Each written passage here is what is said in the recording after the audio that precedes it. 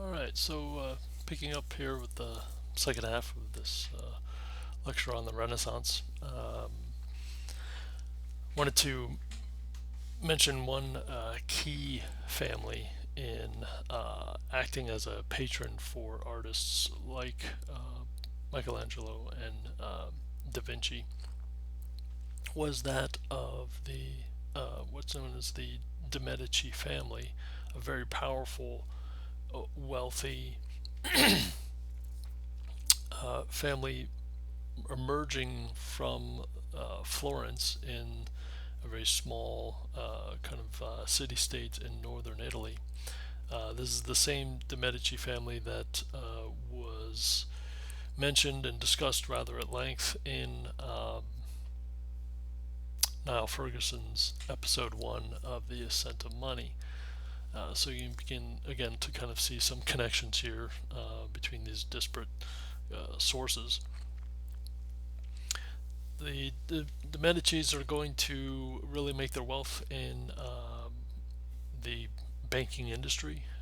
They're going to That's going to give them tremendous amounts of resources to not only become politically active and attain political power and defend it with military power in and around Florence, but they're also going to facilitate and fund the construction of various buildings around Florence, but they're also going to bankroll artists that include the aforementioned Leonardo da Vinci and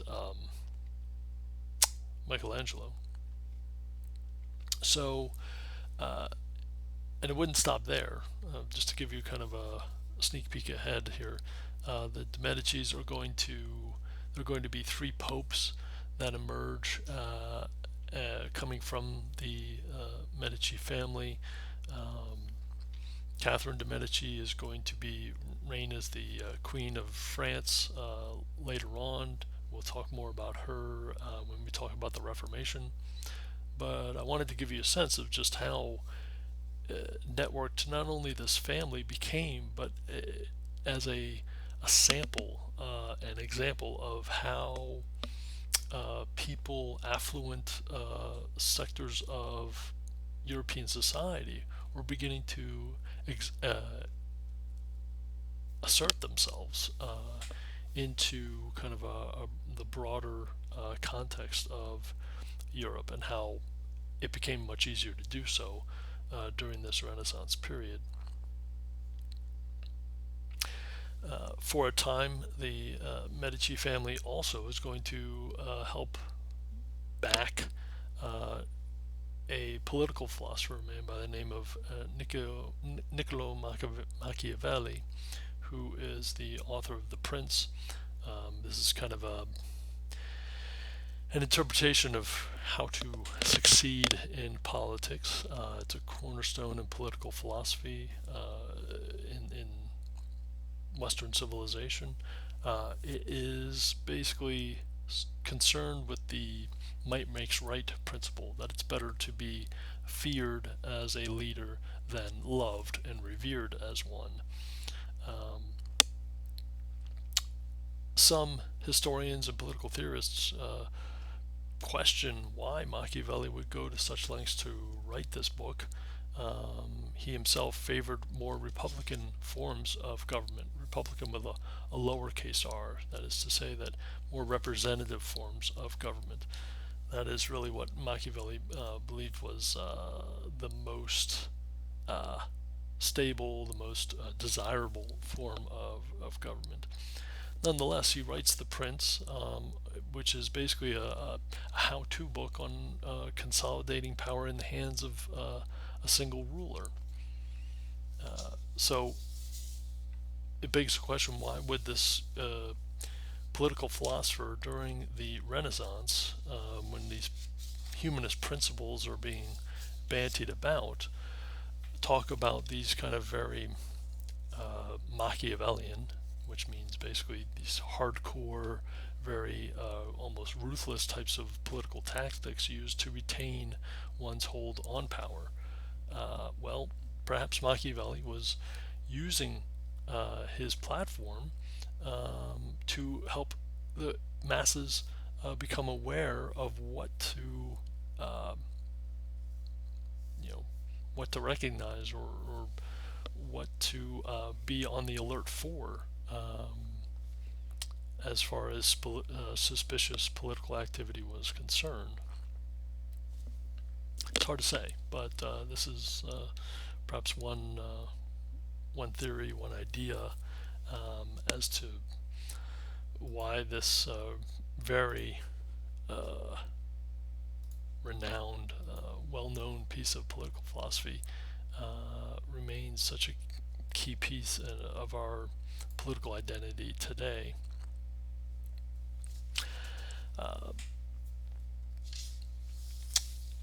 Let's see.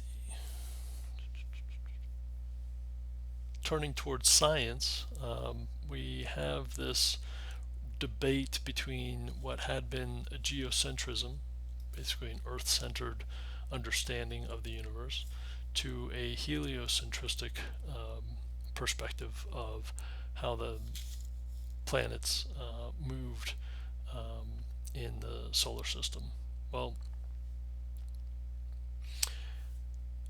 for the longest period of time, up until really the early onset of the Renaissance, geocentrism was dominant.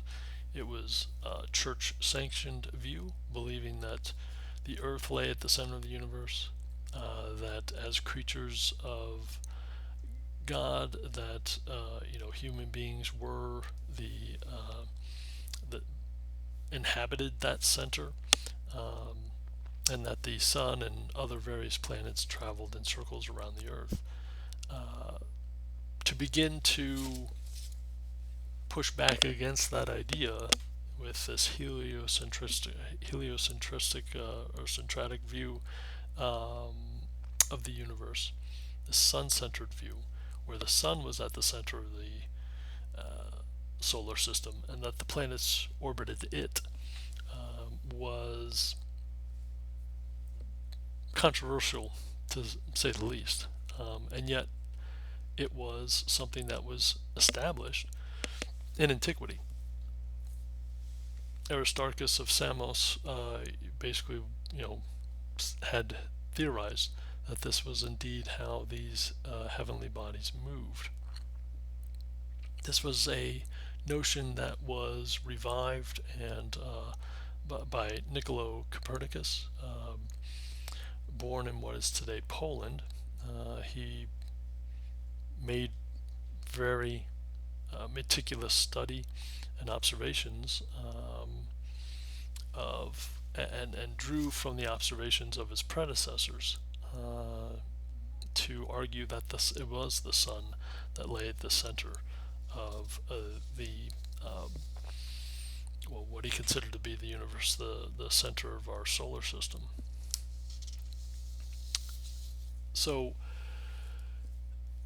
here again, the church is being kind of beginning to have core pieces of doctrine begin to be questioned. So we talked last time about the Black Death and how it began to erode people's understanding of what was important to get out of life. This kind of live for now mentality. Well, now you have in the aftermath of that, this Renaissance period, beginning to really question the founding principles of the nature of life and the origins of the universe itself, or at least how it functions. Later scientists, in particular people like Tycho Brahe and Johannes Kepler, who lived during the 16th and into the very early parts of the 17th century, began to also follow up on the teachings, the studies of their predecessors, much like Copernicus had done. And they tried to prove Copernicus's theories correct. In doing so, Kepler in particular, went on to add to our understanding of the universe, devising several laws, but three of which were notions of how planets move, that they moved in slightly elliptical orbits as opposed to perfect concentric circles, that the planets themselves did not necessarily move at uniform speeds, that they seemed to increase as they got just a bit closer to the sun, and that planets cover equal area in equal time within their own orbits. So that the higher speeds were achieved when they came a bit closer to the sun would equal the distance covered as the object slows down, as the planet slows down, when it's covering distance at farther from the sun. So scientists again here are not only questioning church doctrine, but they are questioning each other. This is a cornerstone of scientific principles, that you make observations, you make studies, you incorporate math, if you know, when and where necessary, you devise the principles needed for trying to compute why nature operates the way it does. And these are going to help establish the building blocks for what comes to be known as the scientific method, which would be further defined, refined, and enhanced by, as I mentioned at the outset, the likes of Galileo Galilei and also Sir Isaac Newton as we move forward into the 17th century. It's also going to create these very pivotal, momentous conflicts with the church, that people like Galileo Galilei are actually going to be brought before the Inquisition, this very kind of intimidating arm of the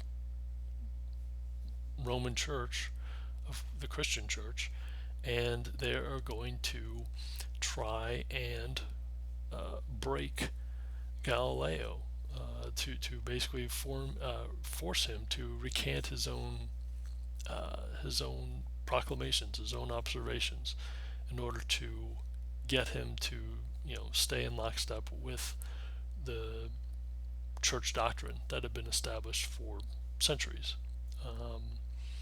And this would result in tactics, including the use of torture in order to do so. So the pursuit of kind of of science, of resolute principles, to understand the workings of our world, again, was not something that was a fixed trajectory. That there would be advancements, there would be reactions, pretty strong reactions to those new ideas and proclamations, and that would develop its own conflict that would have to be resolved, and usually resolved over time and over generations. So again, much like what we talked about last week, the Renaissance is going to become one of those key defining characteristics of the early landmarks to defining the modern age. It is the reason why historians point to the year 1500 as the founding year for our kind of our origin story for the modern world that we know, because so many principles are developed and begin to thrive during that period of time. By the 1500s, by the 16th century, Europe was ripe for rebirth. There was this momentum for social fluidity, again dating back to the chaos of the 14th and 15th centuries. There was a secularization of education. There was the application of new technologies, such as Gutenberg's printing press, and that was combined with these kind of humanist principles that human beings had agency, right? That there was a reconnection with antiquity and works that were preserved across the eons to the early Renaissance period, and that these works were something that people in Western Europe could begin to, you know, um, identify with and pick up and spread throughout their own societies. And that's one of the key uh, and interesting almost paradoxes is that they have there's this reconnection with these ancient works, but at the same time these ancient works are spread more widely during the Renaissance period, spread more widely throughout um, contemporary society during that period of time. And of course, this is, as I just mentioned a few moments ago, these ideas are going to clash, and they're going to clash starkly with the Catholic Church, leading to increased volatility. And this is going to help undermine the monolithic structure of the church as far as a philosophical organ for the salvation of all souls within European society. It's going to be instead help facilitate or provide a space for the Reformation. That if there are different ways to interpret the natural world and one's place and surroundings within it, then why would there not be various interpretations of the spiritual world and how to achieve salvation? And that's what we're going to look at in the next lecture. Um, as we come to understand how the atmosphere, the conditions in which Europe is and Western civilization is beginning to emerge on the world stage as a major player in world history. Okay, so until then, see you next time.